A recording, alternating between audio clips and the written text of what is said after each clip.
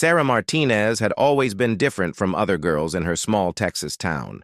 While her classmates painted their nails and talked about boys, she was studying anatomy books and practicing first aid on her stuffed animals.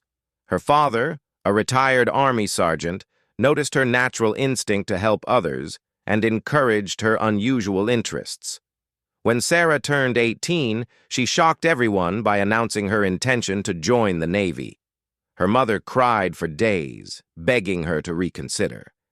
Her high school guidance counselor tried to convince her to pursue nursing instead. But Sarah had already made up her mind. She wanted to serve her country in the most challenging way possible.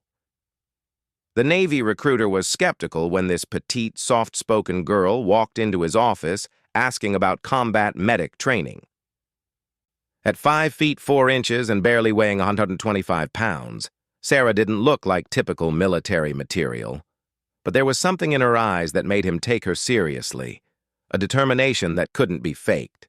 Basic training nearly broke her. The physical demands were brutal, and several drill instructors seemed determined to make her quit. They called her names, questioned her ability, and pushed her harder than the male recruits. Sarah never complained. She just worked harder, trained longer, and refused to give up. Her medical training came naturally. She had steady hands, quick reflexes, and an ability to stay calm under pressure that impressed even her toughest instructors.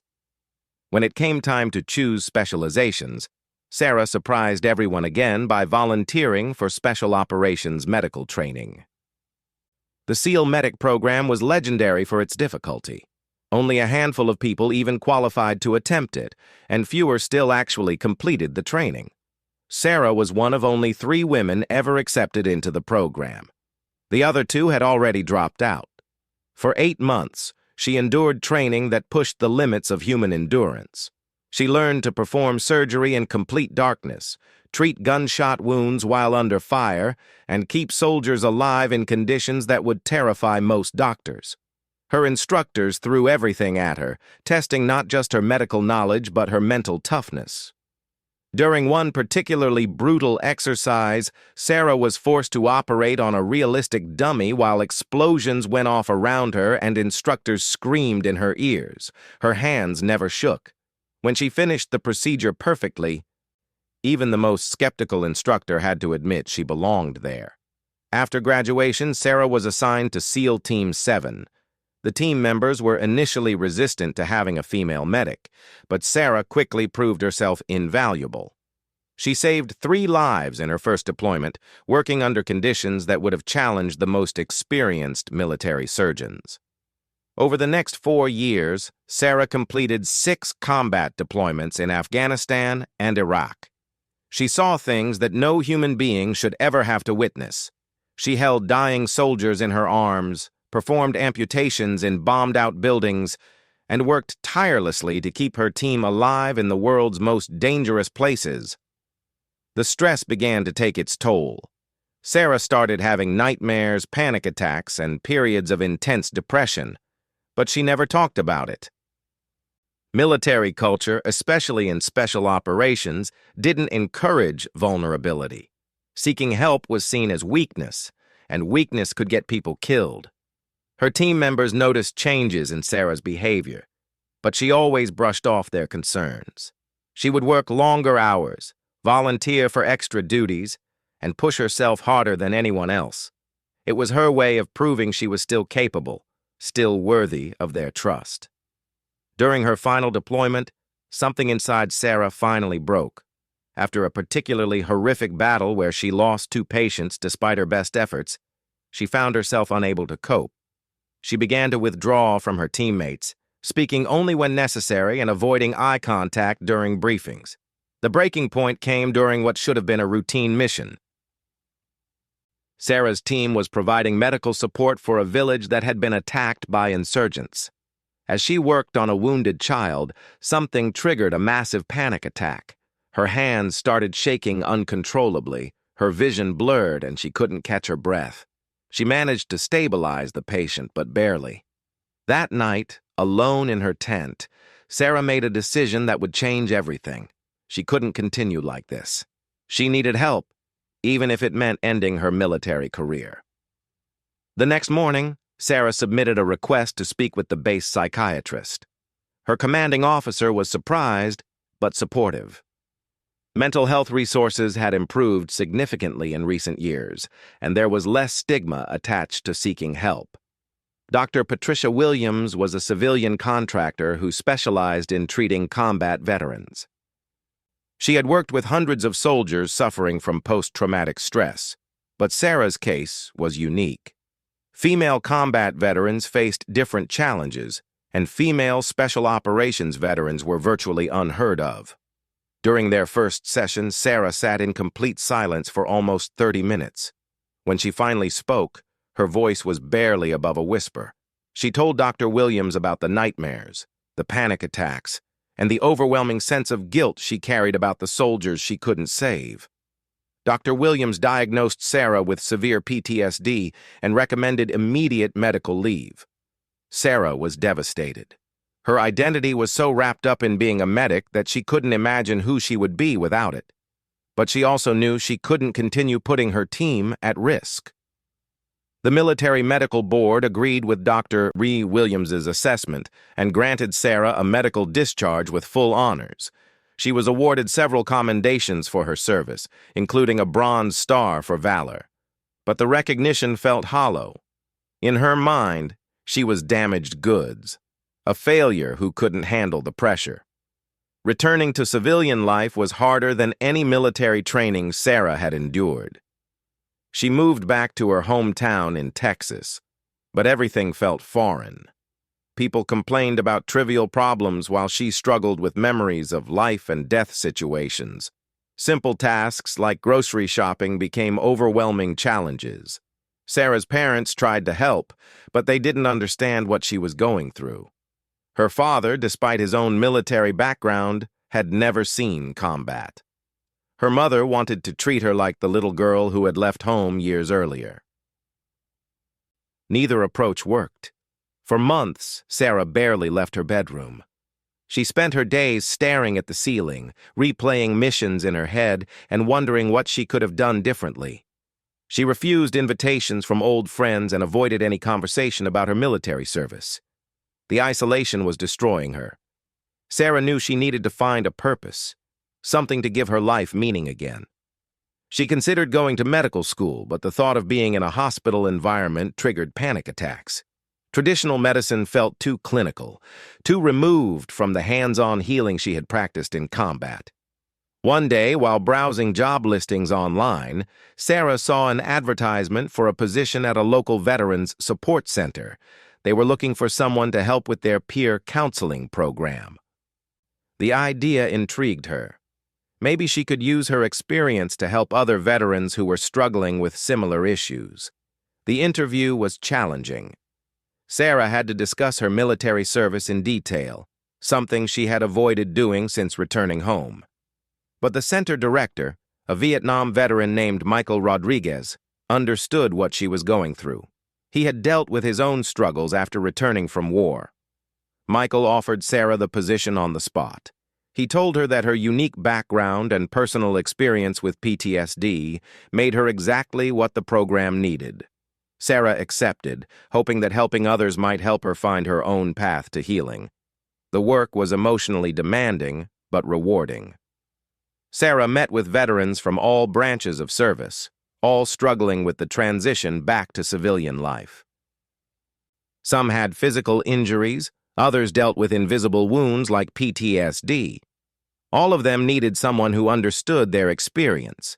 Sarah discovered she had a natural talent for connecting with other veterans. Her quiet, non-judgmental approach made people feel safe, opening up about their struggles. She never pushed anyone to share more than they were comfortable with, but somehow people felt compelled to tell her things they had never told anyone else.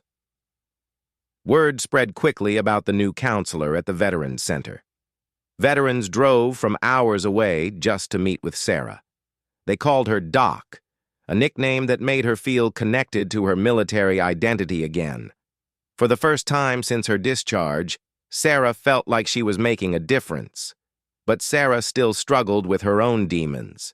She had good days and bad days, times when the memories felt manageable and times when they threatened to overwhelm her completely. She continued working with Dr. Williams, slowly processing her combat experiences and learning coping strategies. The real test came when Sarah was asked to speak at a veterans support group meeting. The group met monthly at the local community center, bringing together veterans from different eras and conflicts. Sarah had attended a few meetings but had never spoken publicly about her service. Michael thought it would be therapeutic for Sarah to share her story. He also believed that her perspective as a female combat veteran would inspire others who felt like outsiders in the veteran community. Sarah was terrified, but agreed to try. The meeting was held on a rainy Thursday evening in November. About 30 veterans gathered in the community center's main hall, sitting in folding chairs arranged in a loose circle. Sarah recognized most of the faces from previous meetings, but there were also several newcomers. As Michael introduced her, Sarah felt her heart racing. Her palms were sweaty, and she had to concentrate on breathing steadily. She stood up slowly, looking around the room at the expectant faces. These were her people, veterans who had served their country and struggled with the aftermath. If she couldn't be honest with them, who could she be honest with? Sarah opened her mouth to speak, but no words came out. The room was completely silent, everyone waiting patiently for her to begin. She tried again, but her voice caught in her throat. The silence stretched on, becoming uncomfortable for everyone present. Finally, Sarah managed to speak, her voice barely audible in the quiet room. She started with her name and branch of service, the basic information everyone shared at these meetings. But then she stopped again, struggling to find the words to describe what she had been through. The veterans in the room sensed her difficulty and remained patient. They had all been in similar situations, trying to put experiences into words that seemed impossible to express. They understood that sometimes the most important stories were the hardest ones to tell. Sarah took a deep breath and began again. This time, instead of trying to tell her whole story, she focused on one specific moment. She described a mission where she had saved a young soldier's life, working on him for hours in a makeshift aid station while enemy fire raged outside. As she spoke, Sarah's voice grew stronger. The words began to flow more naturally, and she found herself sharing details she had never told anyone before. The room remained completely still, everyone hanging on her every word. When Sarah finished speaking, the silence continued for several long moments. Then, slowly, people began to respond. They thanked her for sharing, told her how brave she was, and expressed admiration for her service. But Sarah felt like she was still holding back the most important parts of her story. That night marked the beginning of a new chapter in Sarah's healing journey. She had taken the first step toward openness, but she knew there was much more work to be done. The real test would come when she was ready to reveal the full truth about what she had experienced in combat and how it had affected her. 3 months after her first public speaking experience, Sarah had settled into a routine at the Veterans Center that felt almost normal. She met with individual veterans twice a week, facilitated group sessions, and helped organize community outreach events. The work was challenging but fulfilling, giving her a sense of purpose she hadn't felt since leaving the military. Her sessions with Dr. Williams had also progressed significantly. Sarah was beginning to process some of the traumatic events she had witnessed during her deployments. She had learned breathing techniques to manage her panic attacks and was slowly rebuilding her confidence in social situations. But there were still parts of her story that Sarah had never shared with anyone, memories so painful and complex that she buried them deep inside, hoping they would eventually fade away. Dr. Williams knew there were gaps in Sarah's narrative, but she respected her patient's need to reveal things in her own time. The opportunity for Sarah to confront these hidden memories came unexpectedly. The State Veterans Administration was hosting a conference on female veterans issues, and they had invited Sarah to participate in a panel discussion. The topic was Invisible Wounds, PTSD in Female Combat Veterans. Sarah's initial reaction was to decline the invitation. Speaking to a small group of local veterans was one thing, but addressing a conference of several hundred people felt overwhelming. The panel would include researchers, policymakers, and medical professionals, many of whom would be analyzing and judging her every word. Michael encouraged Sarah to accept the invitation. He pointed out that there were very few female combat veterans willing to speak publicly about their experiences, especially those who had served in special operations. Her perspective could help shape policies and treatment programs for other women facing similar challenges. After discussing it with Dr. Williams, Sarah decided to participate in the panel. Her therapist suggested that this could be an opportunity for Sarah to confront some of the experiences she had been avoiding. Sometimes, speaking the truth out loud was the only way to rob traumatic memories of their power. The conference was held at a downtown convention center on a Saturday morning in March. Sarah arrived early, feeling nervous but determined. She had spent weeks preparing her remarks, carefully choosing which experiences to share and which to keep private. The panel consisted of 4 women, Sarah, 2 other female veterans, and a researcher from the Department of Veterans Affairs. Dr. Jennifer Walsh, a psychiatrist who specialized in combat trauma, served as the moderator. The audience included veterans, family members, healthcare providers, and government officials. Dr. Walsh began by providing statistics about female veterans and PTSD rates. The numbers were sobering. Women who served in combat zones were significantly more likely to develop PTSD than their male counterparts, but they were also less likely to seek treatment or receive appropriate care. The first veteran to speak was Maria Santos, a former Army truck driver who had been injured by an IED explosion in Iraq. She described the challenges of dealing with both physical injuries and psychological trauma while trying to maintain her identity as a strong, capable woman. The second speaker was Jessica Thompson, a Marine who had served as a military police officer in Afghanistan. She talked about the difficulties of being taken seriously by male colleagues and the additional stress of proving herself in a male-dominated environment. When it was Sarah's turn to speak, she approached the microphone with carefully prepared notes in her hand. She had practiced her presentation dozens of times, focusing on general themes rather than specific incidents. Her plan was to discuss the unique challenges faced by women in special operations without revealing too many personal details. Sarah began by describing her path to becoming a SEAL medic, emphasizing the rigorous training and high standards expected of all team members regardless of gender. She talked about the importance of earning her teammates' trust and respect through competence rather than demanding it based on her credentials. The audience was engaged and attentive. Sarah's calm, professional demeanor and obvious expertise commanded respect.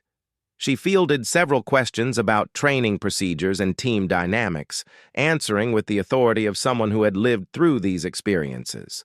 But then Dr. Walsh asked a question that Sarah hadn't anticipated. Can you describe a specific incident where your gender created additional challenges in a combat situation? Sarah paused, her prepared remarks suddenly feeling inadequate.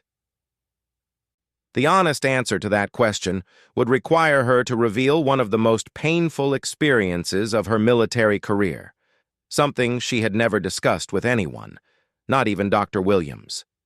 The incident had occurred during her 4th deployment in a remote area of Afghanistan where her team was providing support for a joint operation with local forces.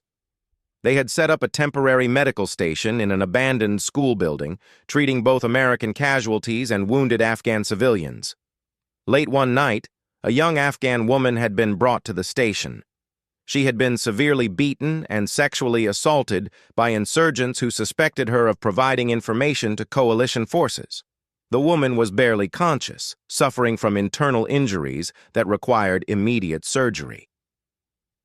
Sarah had worked frantically to stabilize the patient, but the woman's injuries were beyond what could be treated in field conditions. She needed to be evacuated to a proper hospital, but weather conditions made helicopter transport impossible. Sarah spent hours trying to keep the woman alive, knowing that her chances of survival were minimal. The woman died just before dawn, holding Sarah's hand and whispering prayers in a language Sarah couldn't understand. In her final moments, she looked into Sarah's eyes with an expression of gratitude that would haunt Sarah for years to come.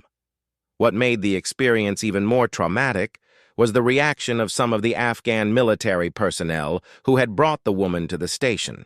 Several of them made comments suggesting that the woman had deserved what happened to her, that she had brought shame on her family and community. Sarah had wanted to confront these men, to defend a woman who couldn't defend herself, but she was constrained by military protocol and the need to maintain working relationships with local forces. She had to stand silently while listening to victim blaming that went against everything she believed in. The incident had created a crisis of identity for Sarah. As a woman, she felt a deep connection to the victim and rage at the injustice of what had happened. As a military medic, she was supposed to remain objective and focus on treating patients regardless of politics or personal feelings. As a member of a special operations team, she couldn't afford to let emotions compromise her effectiveness. These conflicting identities had torn at Sarah throughout the rest of her deployment. She began to question her role in a military operation that sometimes seemed to perpetuate the very systems that oppressed women like her patient. She wondered if her presence as a female medic was actually making a difference, or if she was just a token figure in a fundamentally male-dominated institution. Standing at the conference microphone, Sarah realized that this internal conflict was at the heart of her struggle with PTSD. It wasn't just about the violence she had witnessed or the lives she couldn't save. It was about the impossible position of being a woman in a war zone, trying to serve both her country and her gender identity in situations where those loyalties sometimes conflicted. The audience was still waiting for her answer to Dr. Walsh's question. Sarah looked out at the sea of faces, seeing other female veterans who might have faced similar dilemmas. She made a decision that would change the trajectory of her healing journey. Instead of giving a sanitized, politically correct response, Sarah decided to tell the truth. She described the incident with the Afghan woman, her voice growing stronger as she spoke. She talked about the impossible choices faced by women in combat, the additional emotional burden of witnessing violence against other women, and the isolation that came from not being able to discuss these experiences openly. The room had grown completely silent as Sarah spoke. Many people in the audience were crying, including some of the other panelists. Dr. Walsh looked stunned by the raw honesty of Sarah's response, but Sarah wasn't finished. She continued speaking, describing how this incident had affected her mental health and her ability to function as a soldier. She talked about the shame she felt for not being able to save her patient and the anger she carried toward a system that seemed indifferent to women's suffering. When Sarah finally stopped speaking, the silence in the room was deafening. She had revealed far more than she had intended, exposing vulnerabilities and conflicts that she had kept hidden for years. Part of her regretted being so open, but another part felt relief at finally speaking these truths out loud. Dr. Walsh was the first to respond, thanking Sarah for her courage in sharing such a difficult experience. She pointed out that this type of moral injury was common among healthcare providers in combat zones, but was rarely discussed openly, especially by women. The rest of the panel discussion focused on the themes Sarah had raised.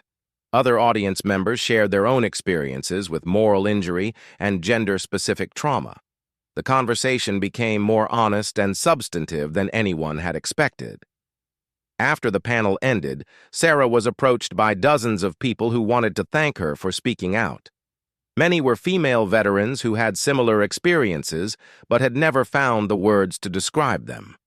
Others were researchers and policymakers who realized they had been missing a crucial component in their understanding of combat trauma. But the most meaningful conversation came from an unexpected source. A young Afghan-American woman named Fatima approached Sarah during the reception following the conference.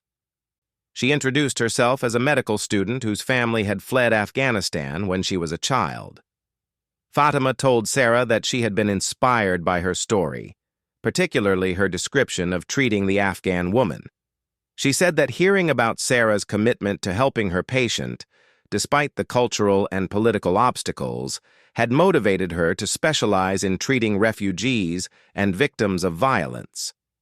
The conversation with Fatima helped Sarah understand that her experience, painful as it was, had meaning beyond her own suffering. By sharing her story, she was helping others process their own trauma and find their own paths to healing. On the drive home from the conference, Sarah called Dr. Williams to schedule an emergency session. She knew that opening up so publicly about her most painful memories would likely trigger intense emotional reactions. She needed professional support to process what had just happened. Dr. Williams was proud of Sarah for taking such a significant step in her healing journey. She explained that speaking truth to power, especially about experiences that had been kept secret, was often a turning point in PTSD treatment. It didn't make the memories less painful, but it robbed them of their power to control Sarah's life. That night, Sarah experienced the worst nightmares she had had in months. But instead of the usual dreams about combat and death, she dreamed about the Afghan woman.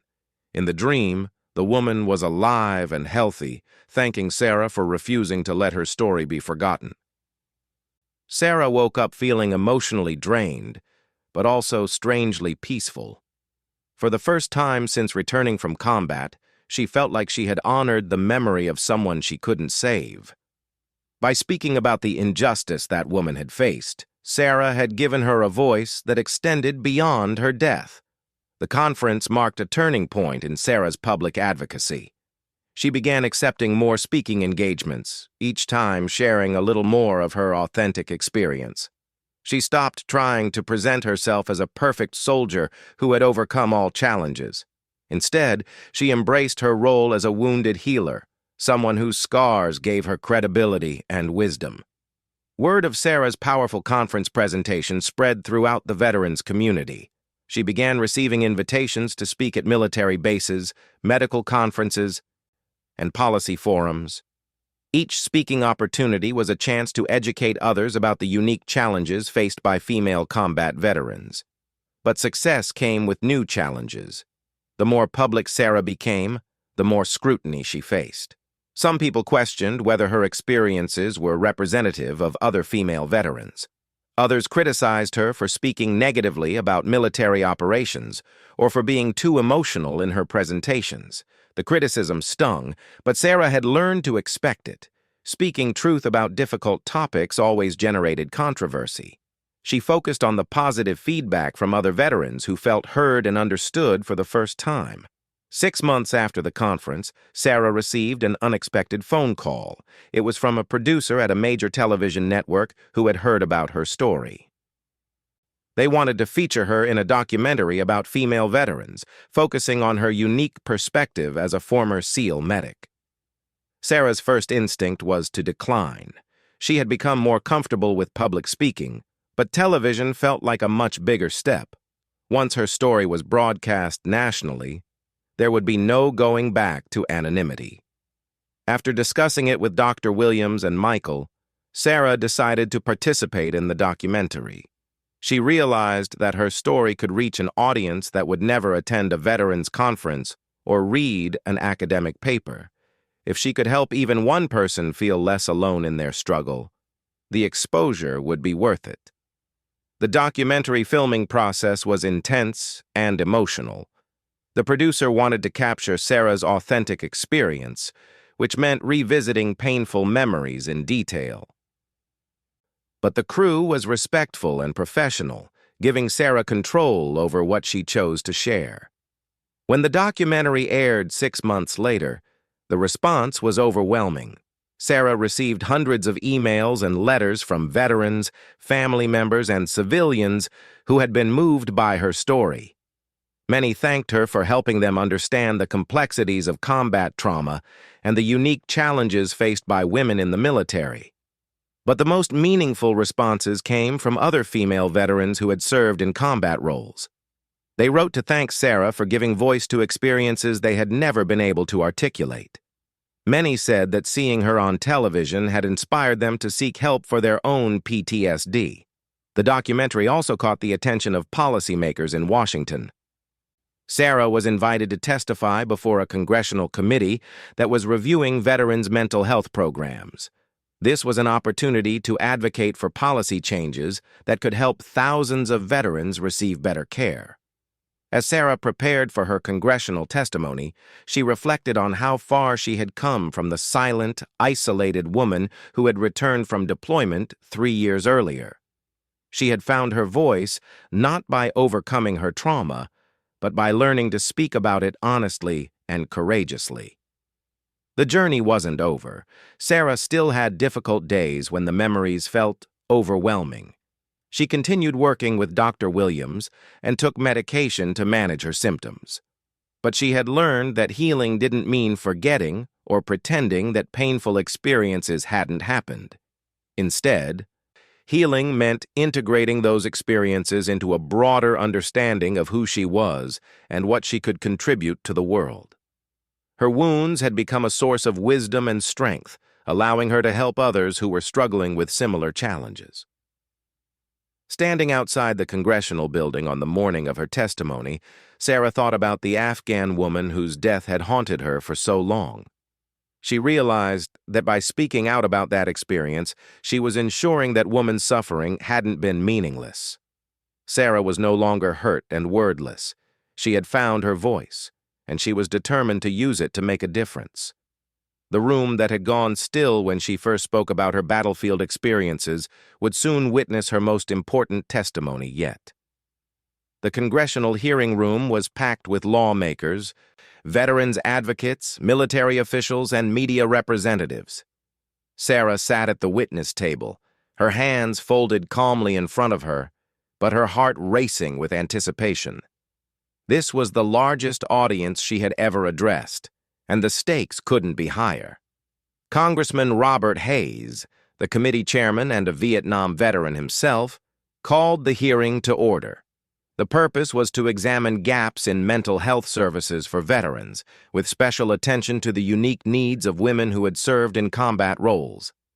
Sarah was the star witness, scheduled to testify about her experiences and recommendations for policy changes. As Sarah waited for her turn to speak, she listened to other witnesses present statistics about veteran suicide rates, treatment delays, and budget shortfalls. The numbers were staggering. But Sarah knew they didn't tell the full story. Behind each statistic was a human being struggling with invisible wounds that society barely understood. When Chairman Hayes called Sarah to present her testimony, she approached the microphone with confidence that would have been unimaginable 3 years earlier. She had learned that her voice was powerful precisely because it came from a place of authentic experience and hard-won wisdom. Sarah began by thanking the committee for the opportunity to speak and acknowledging the other witnesses who had shared their expertise. Then she launched into her prepared remarks, describing her military service and the challenges she had faced in transitioning back to civilian life. But as Sarah spoke, she realized that her prepared testimony, while polite and informative, wasn't going to create the impact she wanted. These lawmakers had heard plenty of statistics and policy recommendations. What they needed was to understand the human reality behind the numbers. Making a split-second decision that would define the rest of her advocacy career, Sarah set aside her prepared remarks and began speaking from her heart. She told the committee about the night she had held a dying Afghan woman in her arms, about the moral injury that had shattered her sense of purpose, and about the years of silence and isolation that had followed. The room grew completely silent as Sarah described her struggle with PTSD, her failed attempts to get help within the military system, and her eventual medical discharge. She talked about the shame she had felt, the identity crisis that had consumed her, and the long journey toward healing that was still ongoing. Congressman Hayes leaned forward in his chair, clearly moved by Sarah's testimony. Other committee members stopped shuffling papers and checking their phones. The media representatives were frantically taking notes, recognizing that they were witnessing something extraordinary. But Sarah wasn't finished. She began describing the specific ways that current veterans' mental health policies failed women who had served in combat roles. She explained how treatment programs designed primarily for male veterans often missed the unique aspects of trauma experienced by women, particularly those who had witnessed or experienced gender-based violence. Sarah's voice grew stronger as she outlined concrete recommendations for policy changes.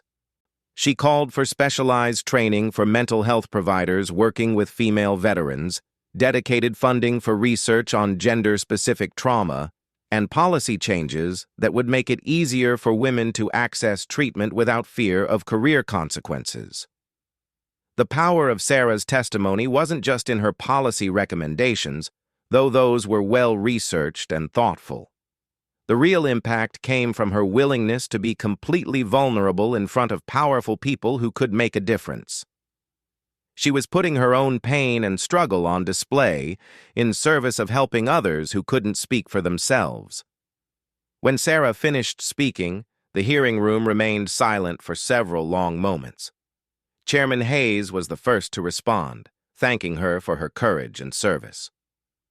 He noted that in 30 years of public service, he had rarely heard testimony that was both so personally moving and so practically useful. The questions that followed were respectful and substantive. Committee members asked for clarification on specific policy recommendations and sought Sarah's input on pending legislation. It was clear that her testimony had shifted the tone of the entire hearing from a routine policy discussion to a meaningful examination of how government could better serve those who had served their country. Congresswoman Maria Rodriguez, the ranking minority member and the only woman on the committee, was particularly engaged. She asked Sarah about the barriers that prevented women from seeking mental health treatment and what could be done to create more welcoming environments in veterans' healthcare facilities. Sarah's answer revealed another layer of her expertise. She had spent the past year visiting veterans' medical centers across the country, observing how women were treated and identifying systemic problems that weren't captured in official reports. Her insights were invaluable because they came from someone who understood both the military culture and the patient experience. The hearing lasted for over 3 hours, far longer than originally scheduled. Committee members seemed reluctant to let Sarah go, continuing to ask questions and seek her input on various aspects of veterans' mental health policy. It was clear that her testimony had provided exactly the kind of real-world perspective that lawmakers needed to make informed decisions. When the hearing finally ended, Sarah was surrounded by people who wanted to thank her, ask follow-up questions, or exchange contact information. Veterans advocates praised her for articulating concerns they had been trying to communicate for years. Military officials acknowledged that her testimony had opened their eyes to issues they hadn't fully understood. The media coverage of Sarah's testimony was extensive and overwhelmingly positive. Major newspapers featured her story on their front pages, and television news programs devoted significant time to discussing the issues she had raised. Social media was flooded with messages of support from veterans and civilians alike. But the most meaningful response came from other female veterans who reached out to thank Sarah for speaking their truth. Many said that hearing her testimony had given them the courage to seek help for their own struggles. Others shared their own stories of combat trauma and moral injury, creating a growing community of women who no longer felt isolated in their experiences. The policy impact of Sarah's testimony was significant and immediate. Within months, Congress passed legislation that included many of her recommendations. Funding was allocated for specialized training for mental health providers working with female veterans, and new research initiatives were launched to study gender-specific aspects of combat trauma. The Department of Veterans Affairs also implemented changes based on Sarah's insights. They created women-only support groups at major medical centers, hired more female mental health providers, and developed new screening tools that were better at identifying trauma symptoms in women. But for Sarah, the most important outcome was the creation of the Sarah Martinez Fellowship Program, which provided funding for female veterans to pursue advanced training in mental health fields. The goal was to increase the number of women providing trauma treatment to other women, recognizing that peer support was often the most effective form of intervention. Sarah was invited to serve on the advisory board for the fellowship program, giving her ongoing influence over how it was implemented. She insisted that the program prioritize veterans who had personal experience with combat trauma, believing that lived experience was just as valuable as academic credentials. As Sarah's national profile grew, she faced new challenges and opportunities. She was offered positions with major veterans organizations, book deals, and speaking engagements that would have provided financial security. But she remained committed to her work at the local Veterans Center, believing that direct service to individual veterans was the most important contribution she could make. However, Sarah did accept a part-time position as a consultant with the Department of Veterans Affairs, helping to implement the policy changes that had resulted from her congressional testimony. This role allowed her to travel to veterans' medical centers across the country, training staff and providing oversight for new programs. The work was emotionally demanding but deeply rewarding. Sarah saw firsthand how the policy changes she had advocated for were making a difference in real people's lives. Women who had been struggling to access appropriate mental health care were finally getting the help they needed.